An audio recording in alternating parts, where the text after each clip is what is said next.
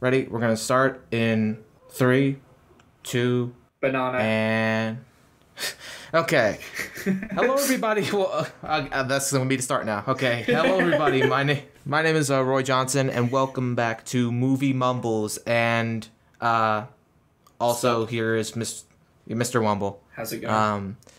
So yeah. Nothing much to say. What's today's topic? The good, the bad, and the ugly. No, that's not right. No, that's we're not talking about that movie. No. I was making a joke because our theme is comedy. Yes. Yeah, that was an awful transition, but okay. Okay, so yeah, we're talking about modern comedies, in general, like. Well, more in particular, I'm like focusing on films that have came out in the last 6 months ish. Yeah, and there's plenty of those to come around. There's quite a few coming out as well soon. Yeah, so in terms of relevancy right now, there's been Sausage Party, which is making the waves for being one of the first R-rated CGI animated films to get a wide release. I think that's out next week in the UK. Yeah, I've heard good things about it. Actually, I'm actually interested in seeing that. I've heard that it's very similar to South Park. The style of humor is very similar to South Park's style of humor, and it does look fairly interesting. Vegetables being self-aware. Yeah, food in general. Yeah. So there's also 9 Lives, the classic comedy featuring Kevin Spacey as a cat. Best film of the year so far. Yeah, I've heard things about it. It looks fantastic. Can't wait. It's pretty much the Shaggy Dog, but a cat, basically. You seen that one? No, I haven't seen that one, and I'm regretting watching 9 Lives as well. That was like an hour and a half of my life that was wasted. At least it had Christopher Walken. At least it had that. It had Christopher Walken. It had Jennifer Garner in it. She was in it. There's quite a few big names. Obviously, Kevin Spacey. He went from Frank Underwood to a cat. Isn't House of Cards doing really well, though? Like, how does he... Surely he's not low with money. Why did he pick this script up and say, yeah, I'll do this? War Dogs also is coming out. Yeah, I'm actually intrigued by that. That looks okay. Well, the way that Jonah, whatever his face's name is... Jonah Hill. That's the one. Jonah's face. How he's describing it is that it's very much like Wolf of Wall Street, but with guns. And I'm just like, wait, what? So you're just advertising this as a movie that's going to be slightly better.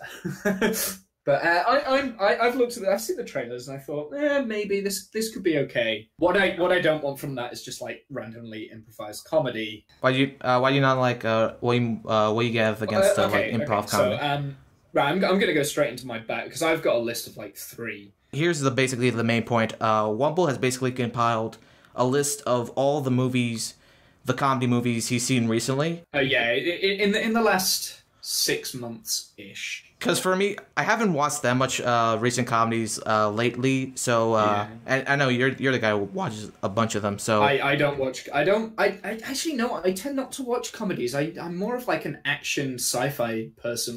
But you've got a list at least. If I were to choose a type of film, it would be sci-fi. But I do like comedy films, but if it's just straight out comedy and it's broadcasting itself as comedy, then I generally don't like them. But sorority sort of comedy stuff is not funny. It's just boring. Whereas intelligent comedy, like David Brent, Life on the Road, where there's a story and a narrative, and it's more of a character piece. Then I will happily watch those, and I will look forward to going to watch those. But I like we were saying, I've got a list of 9 movies, and I've categorized them into the good, the bad, and the ugly. Yeah, so that beginning part makes a little bit more sense now. Yes.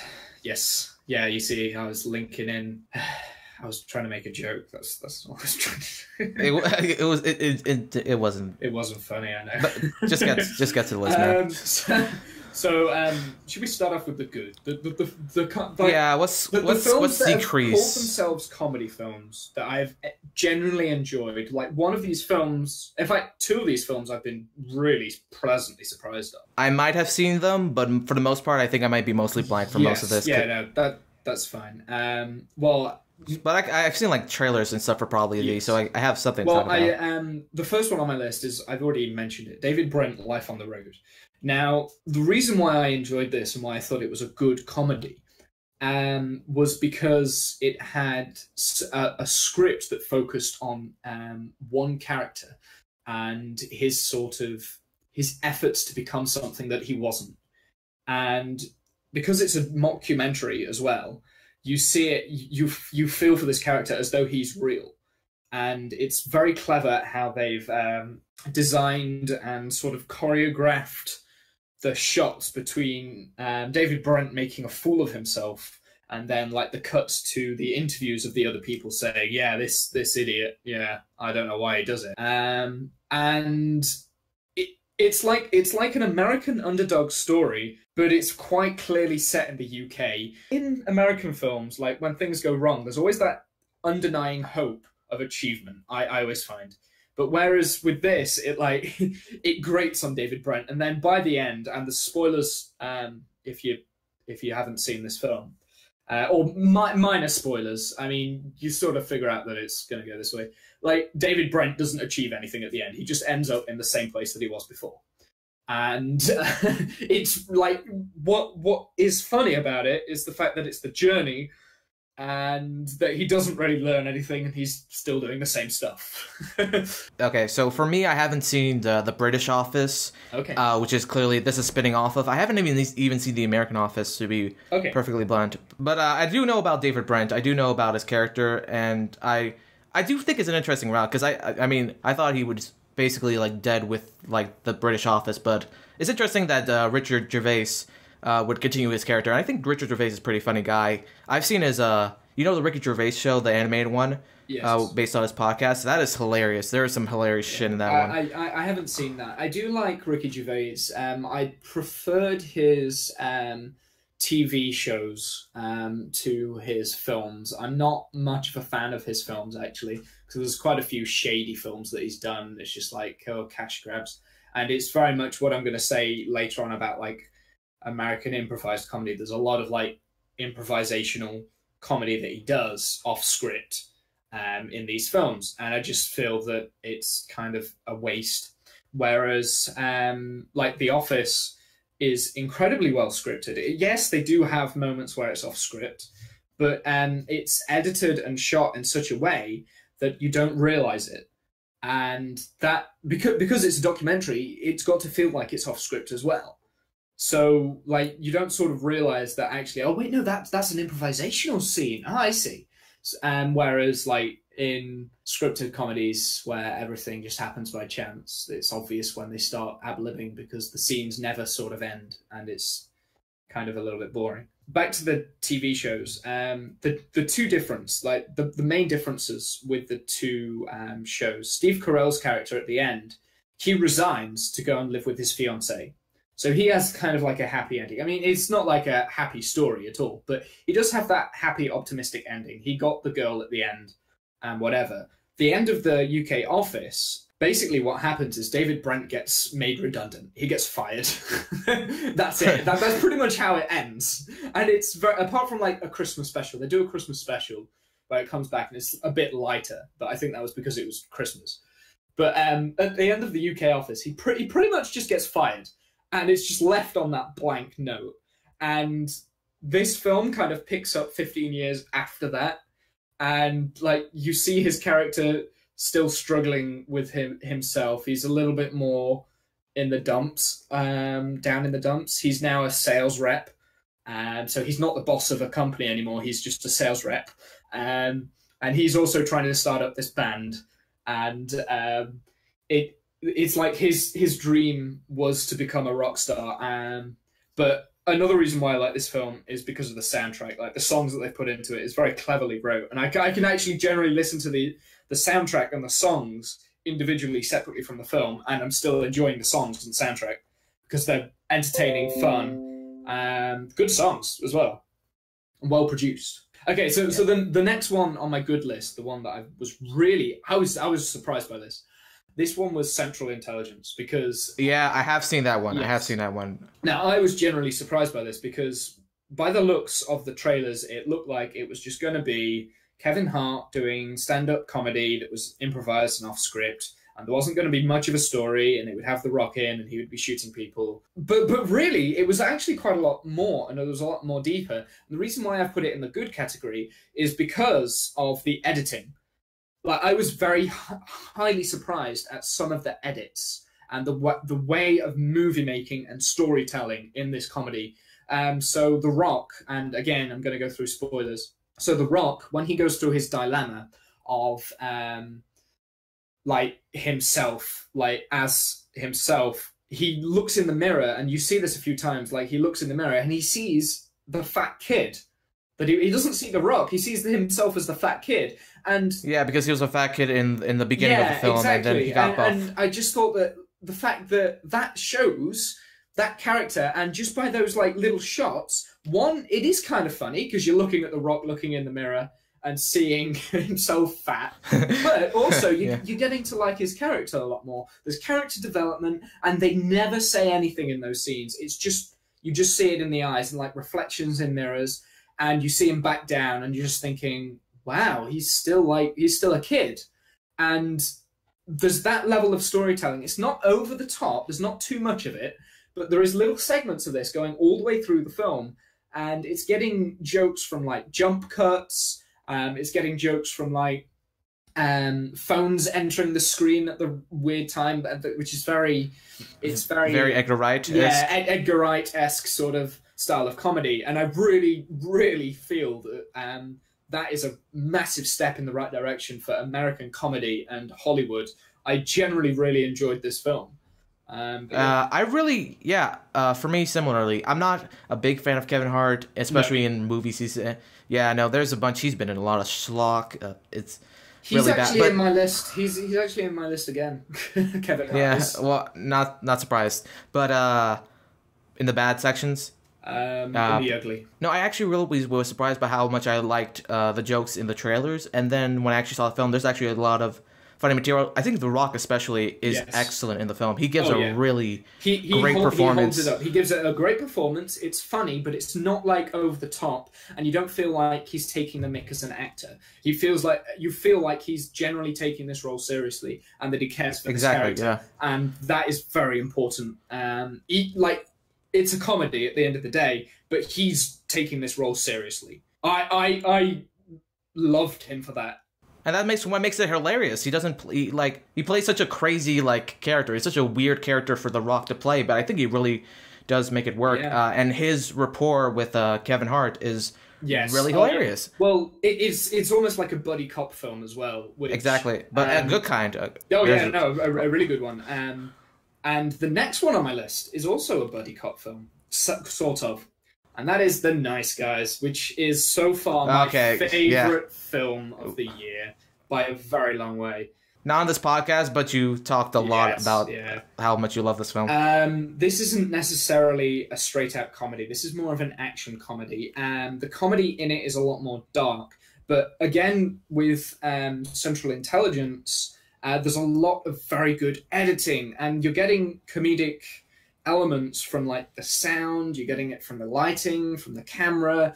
It's not just sitting down and talking, which is what most modern comedies are these days. And I feel that for me, it was so surprising as well, because I wasn't overly expecting it. I mean, Russell Crowe's fat now. He's old. But that's a weird point of contention. Oh, he's fat now. The movie's going to suck. Unfortunately, it's past his time to do a Master and Commander 2. So, But I generally did. I went to watch this, and then I watched it again, and then I watched it again, and I still think, and I'm holding up to it, that so far this is probably the best film of the year.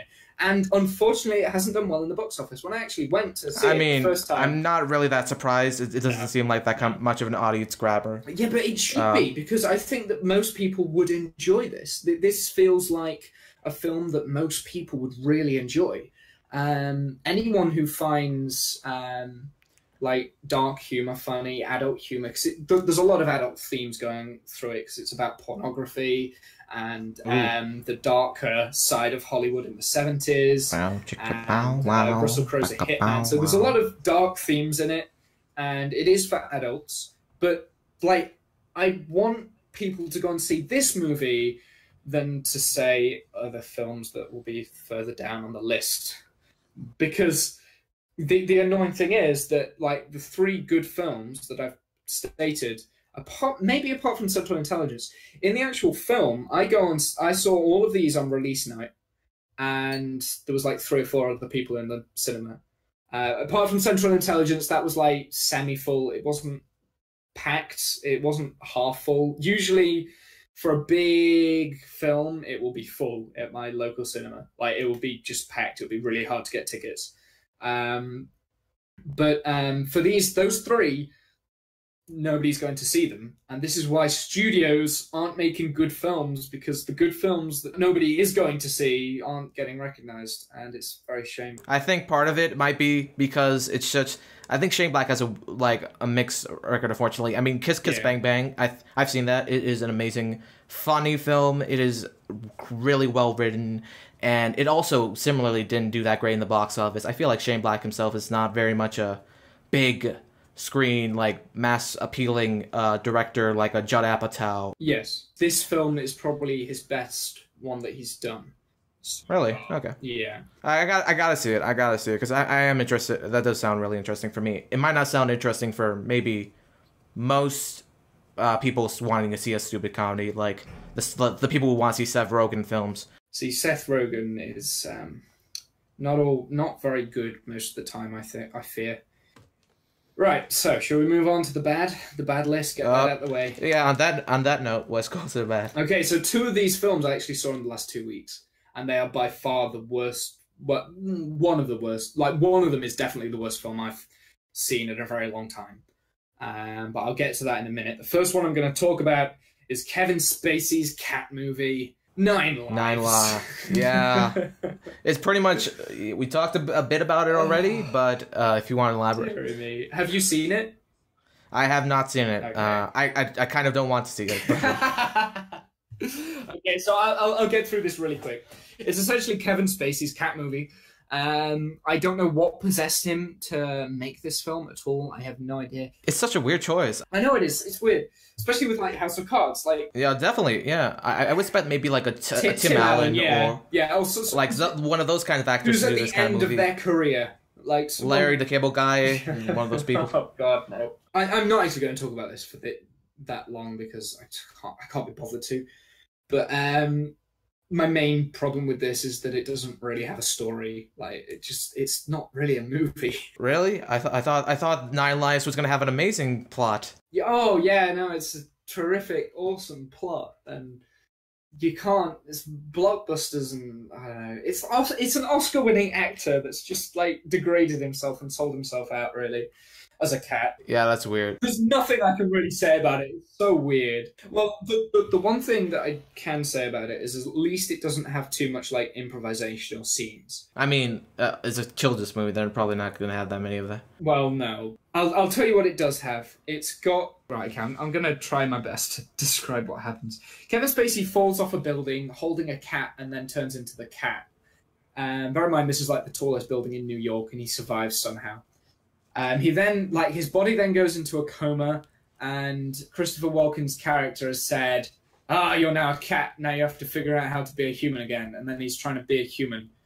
But the cat is now belongs to the family that Kevin Spacey left behind, so, like, his daughter and his really young wife of Jennifer Garner. I actually thought Jennifer Garner was his daughter for like the first 10 minutes until they started kissing. I was like, wait, what? Oh, right. It's one of those, okay. Had a weird moment there. Yes. Like, so then Jennifer Garner takes this cat home, and it's actually Kevin Spacey inside it. And the first thing she does, as soon as, like, they get home from the hospital, bear in mind her husband is in intensive care, in a coma, the kid skips up to the bed, skips up to bedroom, smile on her face, goes to sleep, switches off. They throw this cat in the house, bear in mind it's the first time it's been in this house, and then they just go to sleep. They just go to sleep. That's it. They leave the cat in the house. They don't, like, set up a litter box. They don't give it food. Like, this cat must be terrified. Like, if it was a genuinely real cat, would you do that? And then when they do set up the litter box, it's next to the food. And it's just like, oh. Yeah, we don't own pets, but that doesn't sound like a good... Yeah, like, well, I don't own a pet either. Nah. Yeah, no, that sounds like an awful way to treat a cat. Just leave it in the house for like a day. It'll learn. So, and then Kevin Spacey pees on the carpet. Oh, really? This is the sort of the comedy that's in this. I actually had more fun laughing at this film than with it. So I was laughing at the wrong parts. Like, just generally the hilariosity of it. So anyway, moving on to the next film. Mike and Dave need wedding dates. And this is just the worst film I have seen all year. Really? The worst film, yeah. It is just improvisational stand-up comedy of what Hollywood, the producers and actors think that weddings are. They are in, I don't know, Barbados or somewhere, I don't know, Hawaii or something like that. I don't give a shit where they were. But, and they are, and Mike and Dave need to find wedding dates to go to their sister's wedding. And then it's just slapstick comedy, lightly improvised, crappy scenes where they're just stood there talking to each other all the way through it. There's no edit. There's no effort in this. I mean, I could do this. I could probably write this script blindfolded in like a day, probably. I could probably do that in like 24 hours. I could write that. I'm not doing that challenge. Do not set me that challenge. I don't want to fart out some crappy script that's similar to this. Like, it's just, there's no effort in it. It's very formulaic, no motivation. It's not funny. I just sat there for an hour and a half just thinking, I'm wasting my life. I'm wasting my time. I then got to talk about this film after. I've got to think about it. I've got to go and watch the trailers again to edit the footage. That's going to take another couple of hours. It's just the worst film. Ugh. And it calls itself a comedy. That's what pisses me off with it. Like, it calls itself a comedy, and it's not funny at all. I was in the cinema with, like, some teenagers were around. It was a fairly full cinema. There were teenagers, well, like 15 plus, and nobody was laughing. Nobody laughed at all. Really? The whole of the film. And it's just, like, the most ridiculous piece of bollocks I have seen all year. Like, there's nothing that is worse than this film so far. So yeah, that's the second one. And the third one, and this is where we become sexist, racist, all sorts. Yeah, yeah. The Ghostbusters. Yes. Is that in the movie? Is that song in the movie? Yeah, they remake the Ghostbusters theme. Now, the thing is, like, this was expected to be terrible. Like, I generally went into this thinking that it would be terrible. The trailer was awful. Yeah, like for oh yeah, no. In fact, in particular, the US trailer was terrible. The UK one, not too bad. Like, I felt that the UK trailer was actually funnier. It's the most, the US trailer is like one of the most disliked YouTube videos of all time. Yeah. My main geek grief with this is the improvisational comedy in it again. And there's no characterization. There's no story, really, that you care about.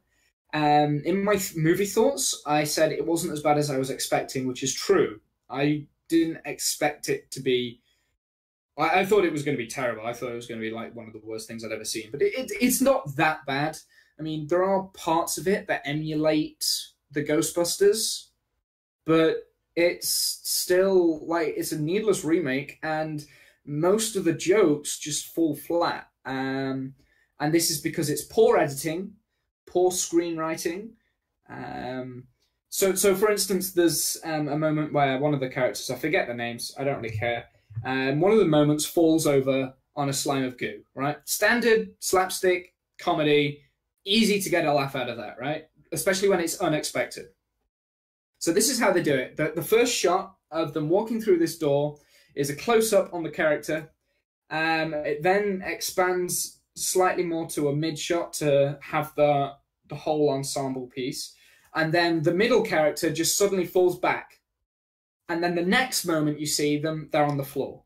You don't see the impact. You don't see what they've slipped up on. You presume it's slime of some sort. You don't see, like, their reaction. Isn't the fall, like, the funniest part of the bit? Yeah, exactly. So really what they should have done, they should have had the close-up of them walking through, the mid-shot, gone to a big wide, showed you the scope of the thing, had big dramatic music, and then, poof, gone.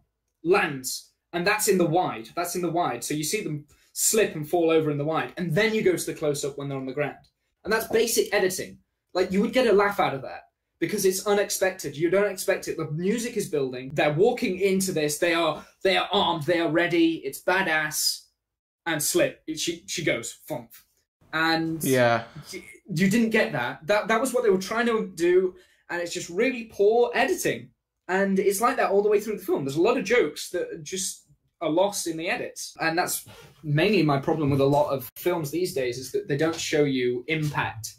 I mean, you look at Jackie Chan, not the American Jackie Chan films. I'm talking now like Hong Kong films. You might not have seen like Drunken Master. Yes, yeah. Most of the like the action and the fighting scenes, they're all done in like one long take, most of them. And that's because it's funny. Like, Jackie Chan can get a lot of jokes from the action and the comedy, and you see him getting hurt, and it feels real. And instead of like the constant cuts where it's like, which is US comedy, and I would say most Hollywood comedy is like constant cuts into weird places at weird times. We need to be taking stuff from Hong Kong and like fight action scenes like that, and then you get a lot of laughs. So basically what you're trying to say is Jackie Chan to be in the next Ghostbusters movie. It's such a shame because this is an obvious cash grab. There was really, after the talks of Ghostbusters for like the longest time, and then like Harold Ramis' death pretty much closed any possibility of that ever happening. Yeah. And now they make Ghostbusters. It's such a weird time, and it very much seems, unfortunately, very unnecessary. Yeah, it's also like they could have handled this way better as well. It's got really bad cameos from the original cast. Apart from Rick Moranis, he's not in it. Well, yeah, no, he's not even acting anymore. I know. I miss him. I'm now going to go on to the ugly ones, and before I start listing these ones, I want to say that the films themselves aren't bad. They're okay. But what I mean by ugly is that they aren't as good as what they could have been. Like, there's potential there, and they've messed up the potential. Let's get the ugly ready. Yeah, so I've got one character piece, I've got an ensemble piece, and I've also got an animation. So let's start off with the animation, because I think this is a fairly obvious one, especially because I said that Kevin Hart was also further down the list. The Secret Life of Pets. Now, it's not a bad film. It's not bad. I kind of enjoyed it. It was okay. But really, all the comedy is situated in the first half an hour. And the first half an hour is in all of the trailers. Those trailers gave a really, I'd say, a pretty good impression of what the film should have been, I think. Yes. If they had kept this sort of concept going instead of actually trying to make it like a movie, like a big adventure animation thing, I think it could have been way better. Because the jokes were pretty good in those, in the trailers at least. Yeah, exactly. And I actually really enjoyed the trailers. The best trailer is the one where they say goodbye to the pets, and then the pets start doing things behind the back. And that's literally the first 5 minutes of the film. It's literally beat for beat the first 5 minutes of the film. And that whole trailer is the first 5 minutes of the film. Like, it's literally there. And you're just like, okay, so they've done all that. So and then they don't do any more skits on what The Secret Life of Pets actually is. And then they go on like a big Toy Story adventure.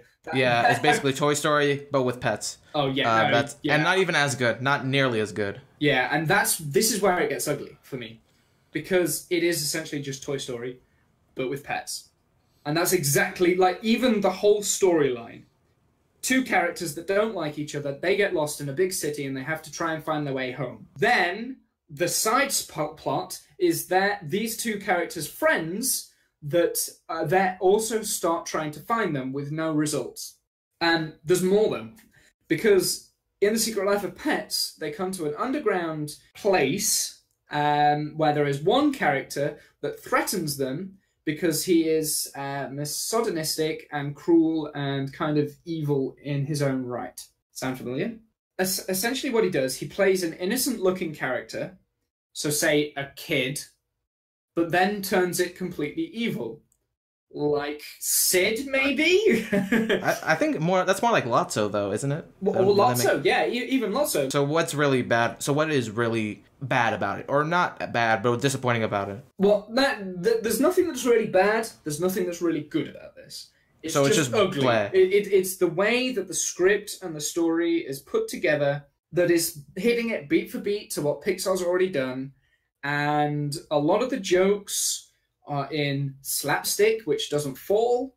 Just goes from one dramatic, like one stupid thing to the next stupid thing. And it just goes haphazardly in odd direction. So that's my first one. The next one, I'm pretty sure you won't have seen any of these ugly films. So you're pretty screwed at this point. This is just going to be me. This is just a podcast of me, isn't it? Yeah, this has been the Womble podcast the entire time.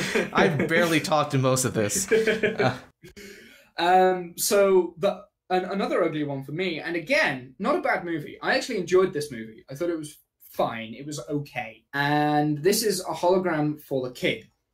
The reason for me... I forgot completely about that movie. Well, exactly, yeah. No, it does just sort of blend away, and that's a shame. Because there's an interesting idea here. There is an over middle-aged man who's very concerned about where his life is heading. He's unsure about himself. He's unsure about his job. He's at risk. He's got this... job position that he's got to uphold. He's got this image. He's in a foreign country. He's in a foreign land that he doesn't understand. He doesn't know. He's away from his home. He's away from his family. That's an interesting concept. And you could make a lot of great, solid comedy out of that. This film starts off perfect. Seriously, this starts off perfect. It starts off as a music video. Tom Hanks does a music video where he is throwing out money. And it's literally like him telling the audience through a music video who his character is, what he is thinking, like his exasperations and stuff. And then he wakes up and he snaps out of this dream, because it is a dream. And then he's on a plane going to Saudi Arabia. And that's a really great, solid start. That starts the film, and it is perfect. It hits it beat for beat. I would have liked more of that style of editing, that style of comedy throughout the film. But then it just, like, from then on, after he wakes up, it's just kind of boring and bland. And that's the worst thing about it, is the fact that it's bland. And that's why it's ugly to me, because it's a story that's just kind of there. It had potential, and it didn't grab that potential and just go with it. So that music video, I would have liked other music videos throughout the film, or dream sequences, or something in his imagination where he's escaping the reality of the situation. Like, you can still keep the similar sort of storyline, but, like, all the comedy is coming through these, like, dream sequence ideas. But there's none of that through the rest of the film, and it just feels very out of place now. So how does the film, like, use comedy, like, in air quotes? It then just goes back to the same old improvisational talking comedy. It's just talking and situational comedy.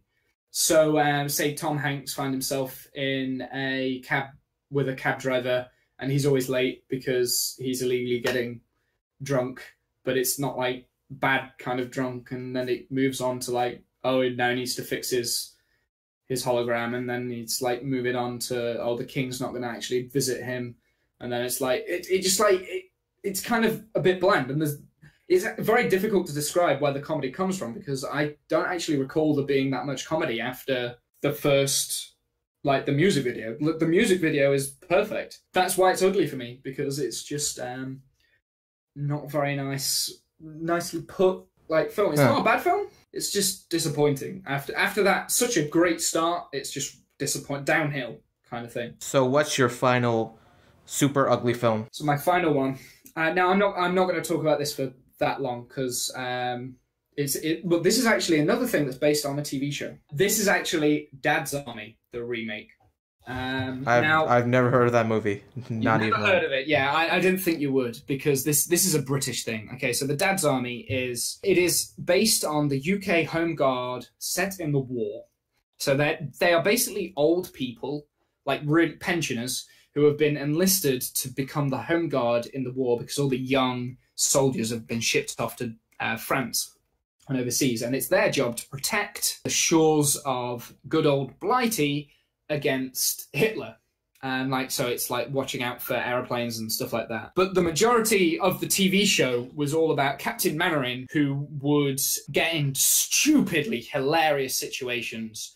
And I would recommend anyone to watch these situational comedy TV show because it's great character pieces and they're good stories and they make you laugh like crazy. And it's just nice and fun and upbeat. Well, not always upbeat, but there's great characters in this and it's a good ensemble piece. Now, they remade it. So it is a remake. It's because most of the original cast now are dead. So are they still old people? Or are they making them younger in the remake? No, they're still old people. It had a few really great actors in there. So Michael Gambon, he was in it. You're checking. I have to check because there's a massive list of really well-known actors. I can remember Michael Gambon. Here we go. So we've got Bill Nighy. He was in it. Bill Nighy, the science guy. Yeah. No. Bill Nighy. No. You were like, yeah. Yeah. No. Blake Harrison.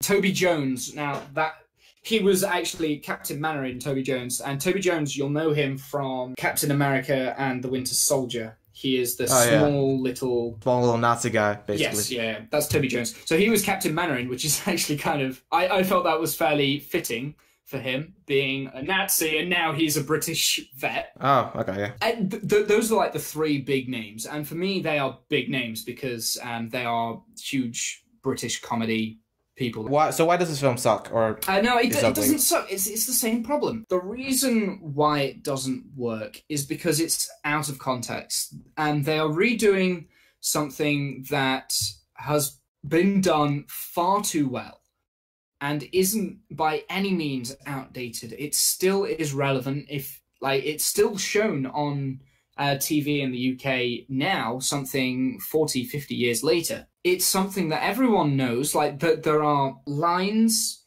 from the TV show that everyone in the UK knows. Everyone, literally everyone in the UK still knows and they still say. One of them is, "Don't panic, Mr. Mainwaring." It's such a high standard to live up to, and then this film came in and it was fine. Nobody really was bothered by it. It didn't live up. Like, the story itself is kind of a little bit useless. And really, I just find myself looking at these characters and just not seeing them. And that's why it's ugly to me, is because it doesn't do the ensemble piece well enough. Yeah, so it's on the forgettable level of such films like A-Team or the Spy Called Uncle. Yes, yeah. It's that level of forgetting. Like you can forget about this, and that's why it's ugly, because it just kind of doesn't really matter anymore. So I think that's it for the podcast. Pretty sure you just talked throughout most of it. Unless you've got anything to add about comedies. They can be funny and they can be not funny. Comedies can be funny. You heard it first. There are some really good comedies, like we talked about, and there are some really bad comedies. It's always been like that. And I do think there are a lot of animated films that are really funny, and not always exclusively comedy, but... See, I would say, I know I didn't include this, that Finding Dory is very funny, but I wouldn't classify that as a comedy. No, I wouldn't classify it as a comedy either, but like Disney actually does... There are some, like Zootopia and Frozen have some hilarious moments in it. You don't think of it as a comedy, but they're there. And The Martian was hilarious, but that's not a comedy, that's sci-fi.